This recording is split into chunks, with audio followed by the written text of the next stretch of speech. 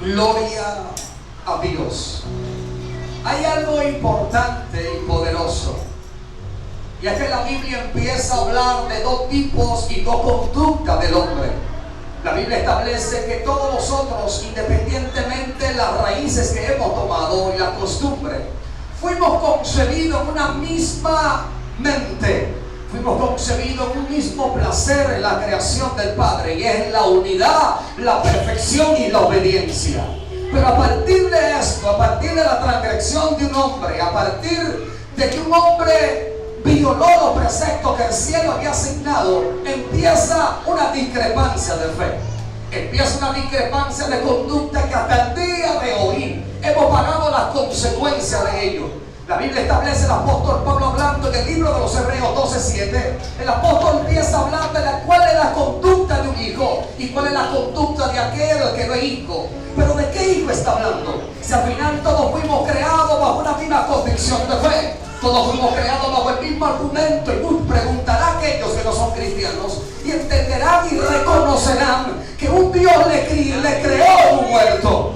Hasta tal punto que muchos de ellos dicen: yo soy cristiano porque yo he nacido después de la dispensación de gracia en el tiempo de Cristo. Ciertamente es una costumbre y una raíz que tiene su teología, por lo tanto tiene un origen, y muchos sabemos cuáles son esos orígenes. La Iglesia Católica empieza a enseñar esto, pero hay una verdad que ellos no empezaron a enseñar y a decir: ciertamente Dios te creó. Pero hay algo que tienen que conocer, la cual establece Joel, y Joel dice que el Espíritu de Jehová descenderá sobre toda carne, pero haciendo una separación conforme Hebreo dice: pero sobre los hijos y sobre las hijas Dios derramará de su Espíritu Santo. Este Espíritu que tiene la capacidad de marcar la diferencia entre dos personas. ¿Y cuál es la diferencia que empieza a marcar? ¿Cómo nos daremos cuenta? Todo va a radicar a partir de la conducta la cual podamos tener.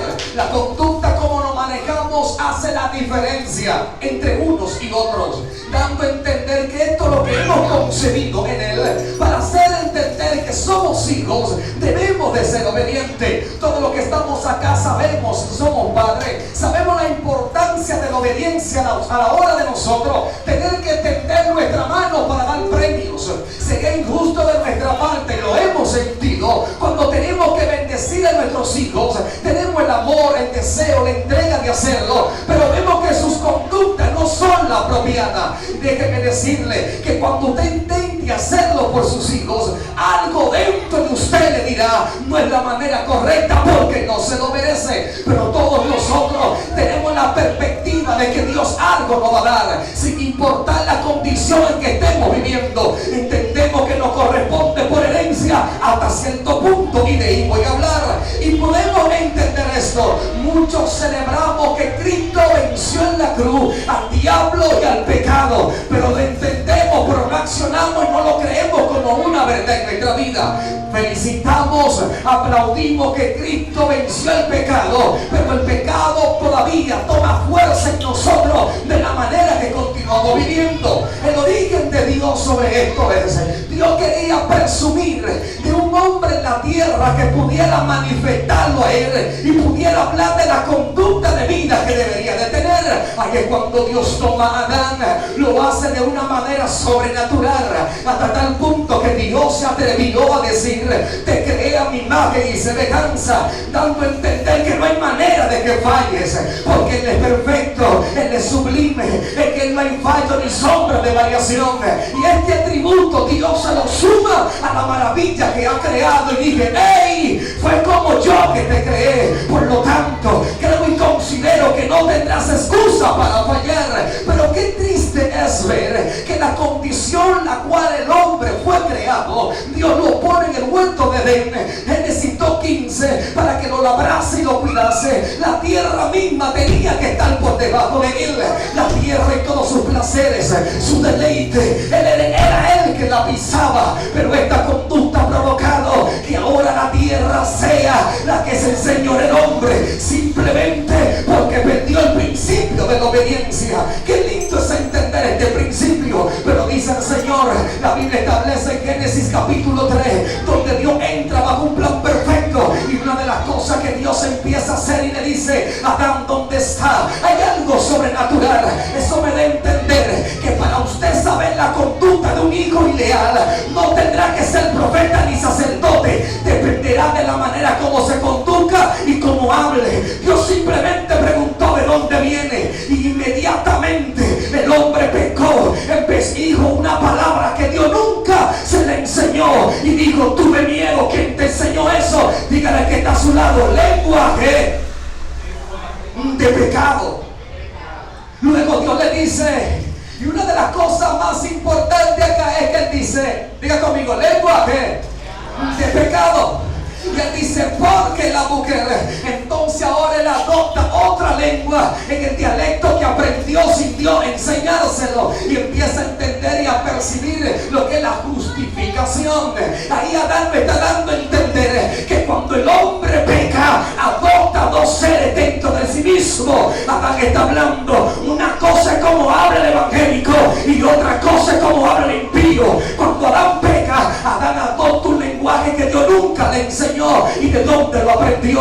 La semejanza del pecado es un paquete que viene con todo incluido. Viene con mentira, fornicación, adulterio, lascivia, doble vida, falsedad, engaño, traición, homicidio, todo lo que el mundo ofrece. Aquella vida apartada de Dios viene con un paquete premium agregado. Usted hará cosas que nadie nunca le enseñó. Por eso Jesús le dijo a Pedro: Pedro, ¿quién te enseñó a andar con tu espada? Cuando estudia los 4 evangelios se da cuenta que Jesús le entregó bolsa, alfombra, le entregó zapatos, le entregó túnica, pero nunca le entregó 2 espadas. Es impresionante ver un hombre a los pies de Cristo andando con cosas que Dios nunca le dio. Pero cuando se va el libro de Apocalipsis entenderá de qué espada está hablando. La misma espada que el maestro dijo: el que tenga túnica, véndala y compre una espada. Ahí Pedro presume y Pedro dice: sorpresa, no tengo una espada sino tengo 2. Pero la espada es la palabra, la espada representa la palabra. Yo no sé qué tiempo tú tienes siguiendo a Cristo a tu manera, siguiendo a Cristo por la palabra que te dio y por la que el mundo te ha sembrado. Dios sí le dio una palabra, Pedro. Dios sí le dio una espada, no 2. La espada que Dios le da a Pedro es la espada de la palabra.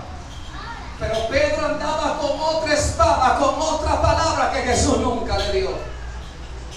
Y da a entender, y hablando de los 2 aspectos del hombre, cuando llegó la prueba, cuando llegó el momento de decidir al hombre espiritual que debía de tener dentro, no tomó la espada que Jesús le dio, sino la que él tenía, que Dios nunca le había dado. Y dice la Biblia en Lucas 22, verso 55, que llegó una turba para prender a Jesús.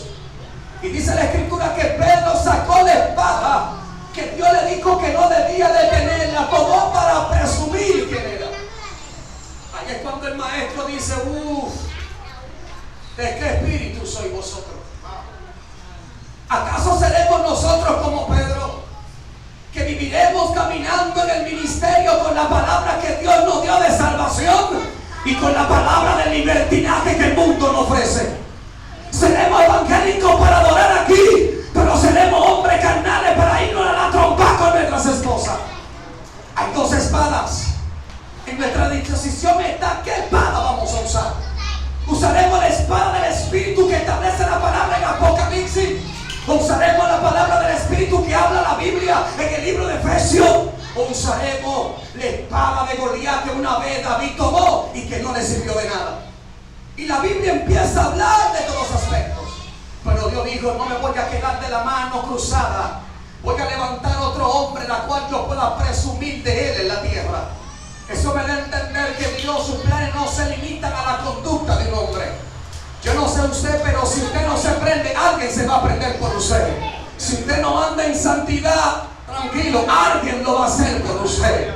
Si usted no viene a Cristo, alguien vendrá por usted. O si no, pregúntele a Pedro en el capítulo 24, que dice la palabra que Jesús iba de camino a ser crucificado. Y dice la palabra que venía un tal Simón de un lugar árido, lo cual fue tomado a la fuerza para cargar la cruz de Cristo. Pero había un hombre que ya Dios había determinado que tenía que cargar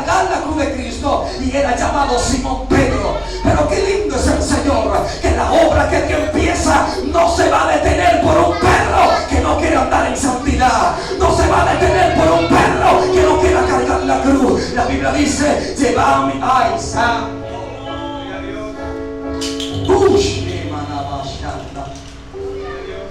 El privilegio es que Cristo me haya elegido a mí, yo no a Cristo. Usted no tiene la capacidad de ser cristiano, usted no tiene la capacidad de ser seguidor de Cristo, porque su humanidad se lo impide, pero Él por amor te eligió de tantos que están. Por eso es un privilegio estar aquí hoy escuchando la palabra. Muchos han muerto, muchos no han podido abrir los ojos, pero Dios, yo no sé si usted ha visto muchas películas, pero Dios disipó las nubes y tomó su placer y su dedicación y dijo: he ahí Elizabeth, he ahí Christopher, he ahí Winnie. Oh gloria, han muerto muchas Winnie, pero tú no pasarás por lo mismo. Han muerto mucho Christopher, pero tú no. Han muerto mucha Elizabeth, pero tú no, porque sobre ti está mi palabra, sobre ti están mis planes. El privilegio fue que tú lo elegiste, o tú Él te eligió a ti. Pero Dios le dijo al profeta: en el vientre de tu madre te santifiqué y te di por profeta a las naciones. Dios ha determinado para este tiempo quiénes serán los Pedros que no van a negar ni van a renunciar a Él. Aunque no aparezca un Pedro que diga: yo voy a evangelizar, aparecerá un Simón que sí lo haga. Si no aparece un Pedro que diga: yo quiero, aparecerá un Simón que sí está esperando. La Biblia establece que este Simón venía de lugares apartados. En pocas palabras, Simón estaba determinado. Simón, en pocas palabras, era el que estaba en la banca. Pero los que están en la banca siempre están haciendo swing.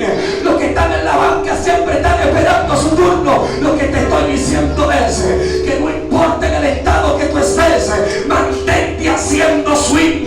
Porque el problema no es que te le base llena, es que cuando te llegue tu turno tú la puedas sacar por los 411. Pedro andaba con Jesús, pero Simón estaba en la barca haciendo el swing. Pero Simón no andaba con Jesús. Simón había escuchado de un Cristo. Simón no había visto prosperidad en su vida. Simón no había visto visa, no había visto viaje, no había visto matrimonio, riqueza, pero mantenía orando, velando, buscando, porque sabía que un día le podía llegar. En pocas palabras, estaba haciendo swing. Cuando tú ves un estadio de pelota, hay alguien que está por si acaso se necesita. Y cada vez que la cámara le pasa por el tocado, él siempre está haciendo swing. Y a veces se acaba un juego, se acaban dos, va de país en país, y él nunca batea, pero nunca abachanda, pero nunca suelta la posición. Porque un día le van a decir: entra para que la saque, porque nada se llena. Así estaba Simón. Este Simón de Cirene siempre estaba ahí.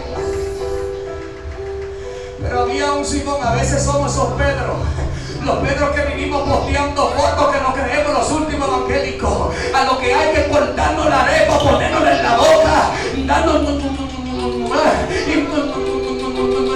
y se nos mete el síntoma de los ciegos, que para caminar alguien tiene que llevarlo, que para brincar alguien tiene que brincarlo.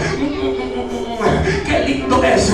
Pero si tú eres ciego, hay algo que tienes que saber. Bartimeo era ciego, pero tenía sus oídos preparados. ¿Y por qué Bartimeo preparó sus oídos? Para a través de la palabra. Si estás ciego, hay gente en la iglesia que están ciegos. ¿Y cuáles son los ciegos, pastor? Lo que ven, que todo lo que Dios hace es a favor de otros, no es a favor de ellos. Que ellos nunca han visto nada a favor de ellos. Ellos solamente escuchan en el camino: Jehová bendigo a Cristo. Fue como le dio jipeta, casa, propiedad de esposa, pero ellos nunca en su vida han visto nada a favor de ellos. Diga conmigo: son ciegos, gloria a Dios. Pero el hecho que sean ciegos no lo descalifica para recibir milagros, porque los que son ciegos como Bartimeo, aunque no vean milagros a favor de ellos, se mantienen escuchando y leyendo la Biblia que Bartimeo era ciego, pero escuchaba. Y Bartimeo aprendió la Biblia porque iba al templo y escuchaba la palabra cuando la leían. Pero un día esta palabra decodificó el Mesías que había en él. Y dice la Biblia que un día Bartimeo estaba en el camino. Agarra esto. Bartimeo estaba en el camino. Dice la Biblia que Dios estaba en el camino. Él es el camino, la verdad. Y ¿dónde estaba él? ¿Dónde estaba él? Él estaba en el camino. Él estaba ¿dónde? Él estaba ciego, pero estaba en él. Estaba en el evangelio, estaba en el camino, porque dice ciertamente Él es el camino, la verdad y la vida. Nadie va al Padre si no es a través de Él. Bartimeo estaba en el camino y dice la palabra que un día iba pasando ¿por dónde? Por el camino y escuchó la voz. ¿Qué voz escuchó? ¿Qué voz? La misma voz que dice la palabra, escudriñar las escrituras, porque en ella no parece que está la vida eterna. La escritura habla, ella redarguye. Y cuando Bartimeo escuchó esa voz que le era familiar, ¿qué voz? La voz que escuchó en un martes profético, en un martes de liberación. Bartimeo dijo: ¡ay santo! Algo cayó, algo leva shanda, algo como...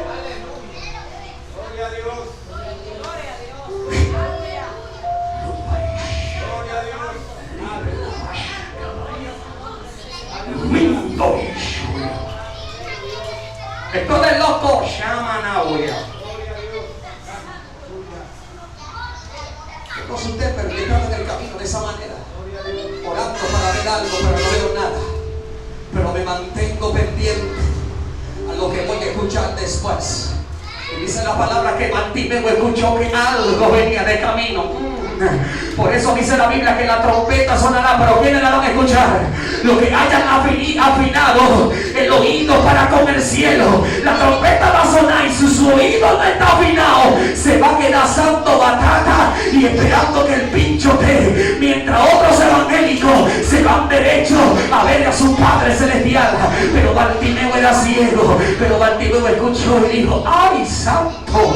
Ahí viene el que me escucho todos los martes. En parte de rompimiento, ahí vino en mi proceso, ahí viene mi angustia. Él está llegando, Él está cerca. Oh, gloria a Dios.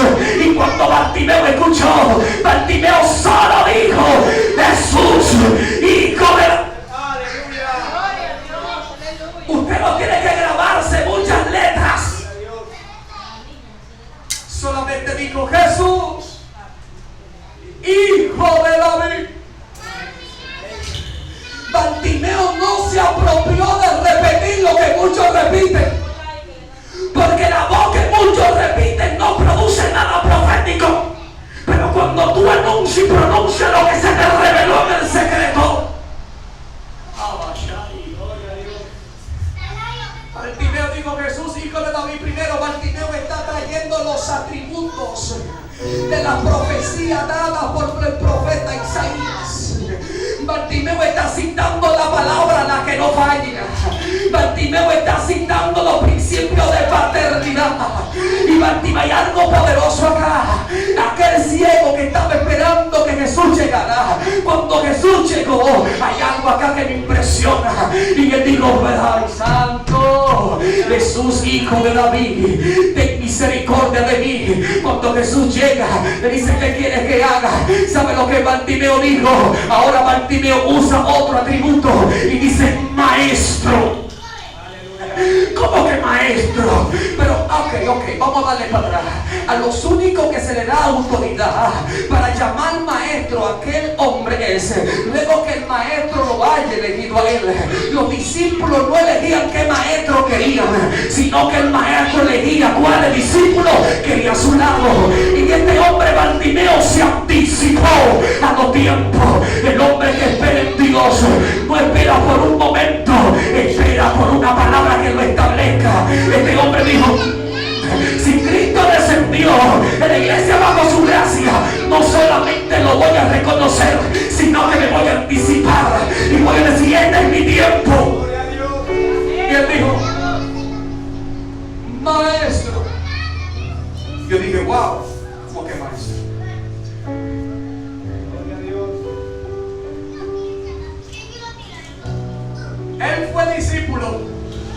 sin Jesús tomar. Eso habla de dos cosas. Habla de aquellos que no necesitan que alguien lo lleve para permanecer donde ellos deben estar. Es como la mujer que le dijo a Jesús que no ande en ñoñería y le dijo: yo lo que quiero es ser salvo. Porque no he venido a los perrillos sino a los hijos. Ella dijo: lo siento, se necesita más que eso para dejar que yo deje de congregar. Hasta de la migaja comen los perros. Esta mujer da a entender un principio de mayordomía. Esta mujer da a entender que no es con lo mucho, es con lo que tú haces con lo poco. Esta mujer dijo: el hombre de fe tiene la capacidad de subsistir con migaja mientras otros tienen pan y no lo aprovechan. Esta mujer está hablando de aquellos que solamente aman a Cristo porque Él es Cristo, sin tener la necesidad de tener mucha revelación. Ellos dicen: conocí lo necesario, de ahí para allá que se agregue lo que tenga que agregarse. No necesito mucho argumento, muchas clases teológicas, muchas clases.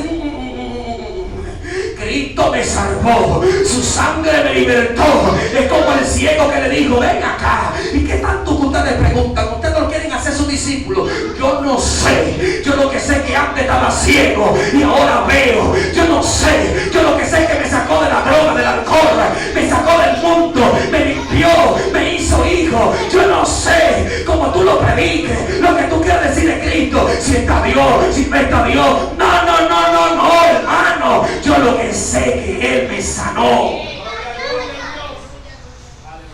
Dios necesita presumirle a alguien. Y Dios dijo: ok, Adán, contigo no fue posible. Levantaré a Abraham, pero alguien tendrá que representarme en la tierra. Y dice la palabra de Dios que Dios llamó a Abraham de Ur de los Caldeos, le estableció un principio de gobierno. Y para avanzar en el mensaje, dice la palabra que después de Abraham quería que su esclavo Eliezer el Damaseno tomaba parte de la herencia del reino. Dios dijo: lo siento. Y hay algo importante que Dios estableció.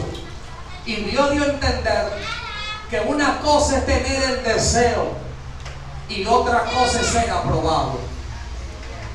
O si no, pregúntale a aquel hombre que tuvo deseo de que el arca no se caiga y murió seco. Qué lindo deseo tú tienes, Abraham, te felicito. Pero no puede heredar esto un esclavo.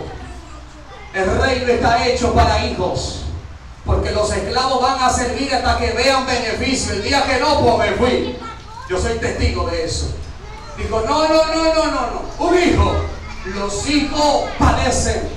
Los hijos aguantan. Los hijos sirven porque saben que la casa que levanten le tocará por herencia.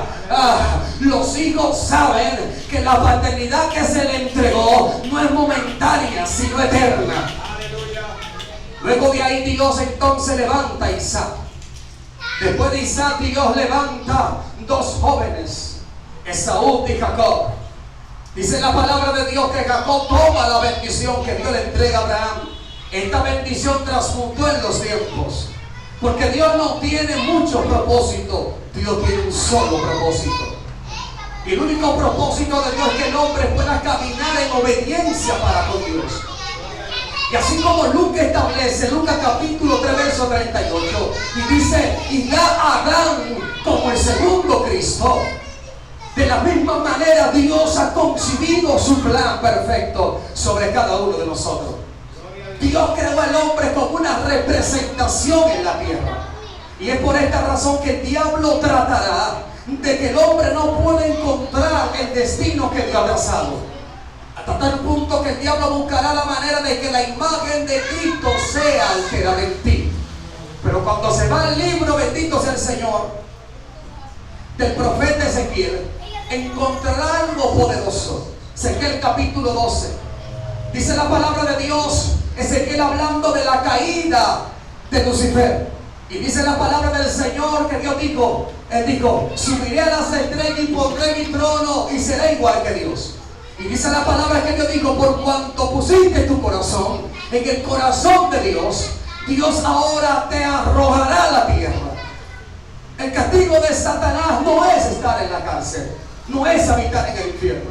El castigo más fuerte de Satanás es acá, donde dice la palabra de Dios que Dios le dijo a Satanás: te echaré por tierra, andarás en ella y mirarás a los príncipes y sacerdotes que en ella habitan. Cuando se va al libro de Corintios capítulo 13 dice: real sacerdocio, nación santa, pueblo adquirido por Dios. Dios le está diciendo a Satanás: con la cárcel tú no vas a pagar tu transgresión, tú no vas a pagar lo que hiciste, pero te tengo reservado el peor castigo que vas a tener. ¿Y cuál es? Te voy a quitar las esposas, vas a andar en la tierra. En poca palabra, pues yo estoy bien, estoy cierto, estoy suelto, la voy a disfrutar. Dios le dijo: desciende y verás cuál será. Y dice la palabra que dice Ezequiel, y dice la palabra que Dios dijo: andarás en la tierra, mirarás a los príncipes y sacerdotes, y cuando lo veas te mirarás en ti mismo y dirás: a dónde he caído. ¿Qué es lo que Dios le está diciendo? El problema tuyo será cuando tú veas a Kelvin Paulino bendecido, a Cristian Lora, a Flérida. ¿Pero por qué? Porque son reales sacerdocios, príncipe, linaje escogido, y entenderás, en ello tú verás la gloria que tenía y que has perdido.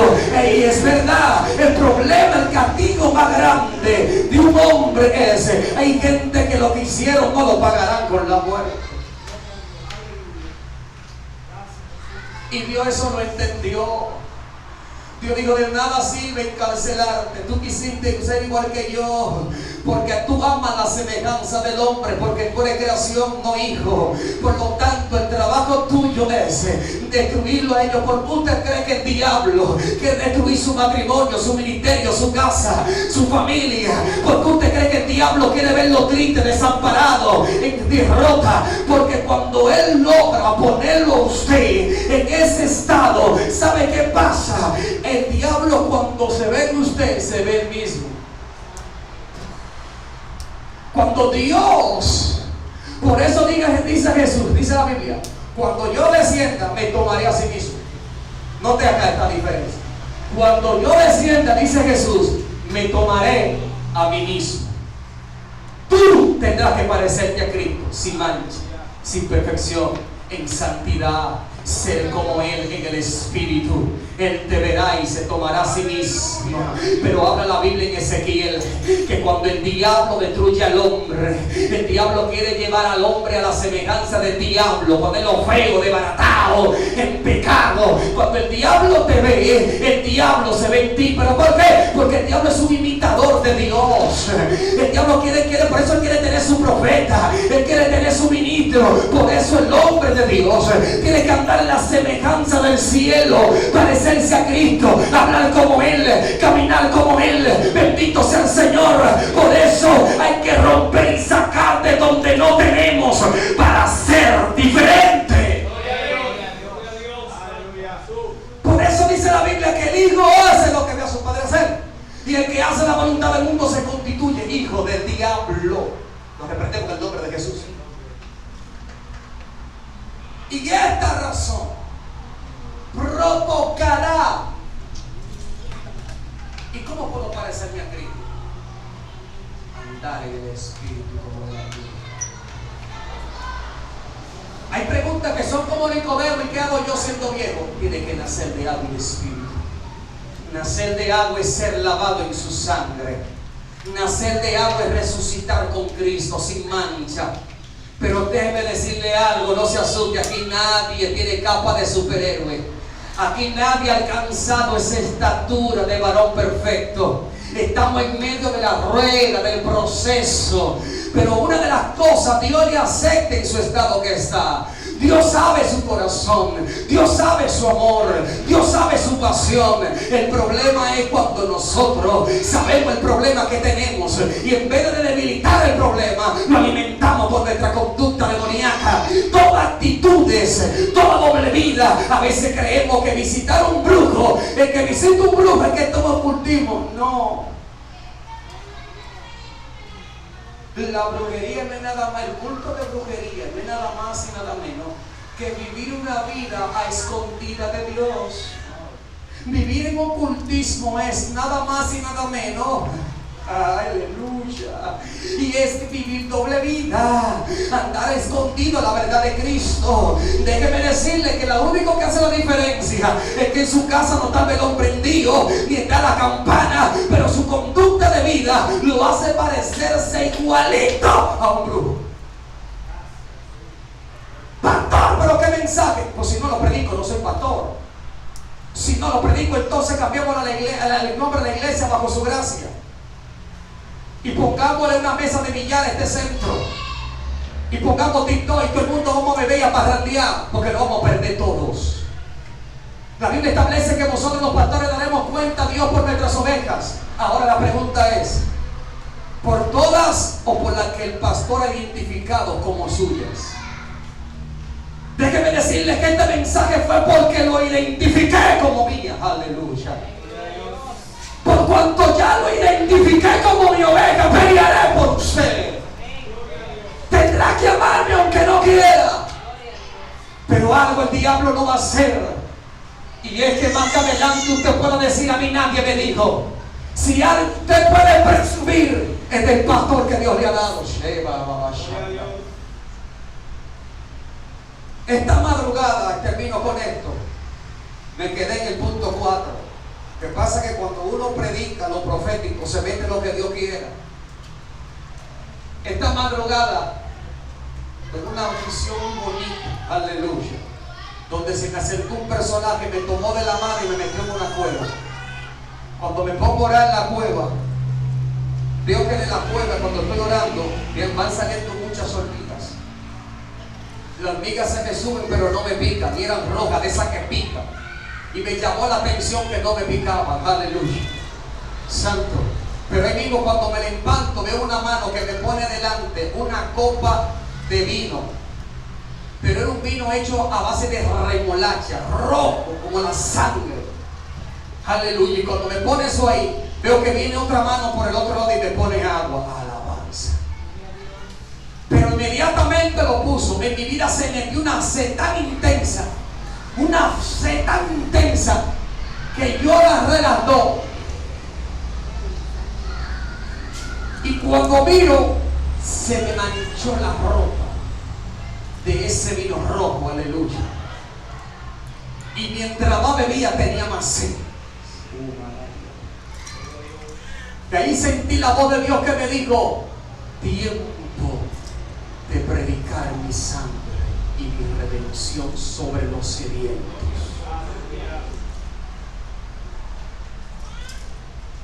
Dios me dijo: quiero que me prediques sobre mi venida, sobre mi sangre, porque hay sed en mi pueblo de ser lleno y saciado con mi espíritu. El que quiere escuchar un mensaje bonito, vaya a YouTube, compre palomitas, saborécelo, pero créame que seguirá siendo el mismo. Juan tenía un solo mensaje. El mensaje de Juan nunca cambió en la Biblia, siempre fue el mismo: arrepentido y da fruto digno de arrepentimiento. ¿Quién lo enseñó a huir de la ira venidera? ¿A quién te enseñó? Al otro día volvía Juan, el mismo mensaje: arrepentido pues, ¿quién lo enseñó a ustedes a huir de la ira venidera? Volví la gente y se iba. Quienes querían ser salvos se quedaban y soportaban el mensaje. Los que sabían que no se iban y volvían de nuevo, pero volvían. Juan dio a entender que lo que salva es la palabra de Cristo. Juan dijo: el hacha está puesta a la raíz de los árboles. ¿Cuál es el hacha? La palabra. El hacha está puesta a la raíz de los árboles. ¿Quiénes son los árboles? Nosotros. El hacha está puesta a la raíz de los árboles. Todo árbol que no da fruto será cortado y echado ¿dónde? Al fuego. Pero el árbol que da fruto permanecerá. Estamos viviendo unos tiempos peligrosos, donde nosotros no podemos jugar al gato y al ratón. A veces nosotros solemos huirle a Dios, pero ¿de qué no vale? Si al final es como la gente que vive su vida tan apresurada y cuando lo van a llevar, lo llevan en la fúnebre, Y tú acá, pi, pi, y te dicen, no, tú bien tierno, tú sabes qué batalla. Y te llevan al muerto así. Por más lento que lo lleve, su final es el mismo. Hasta que es el último adiós. Ajá.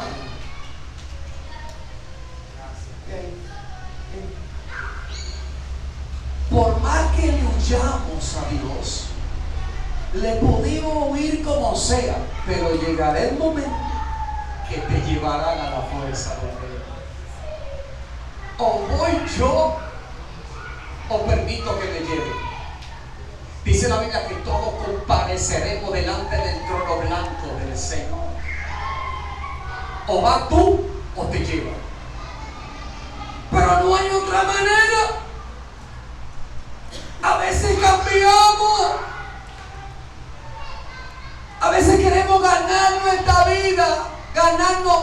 vida y se nos olvida que perderemos la otra. ¿Esto se juega por completo o no se juega?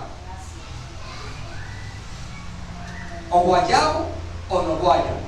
O nos prendemos o no prenden.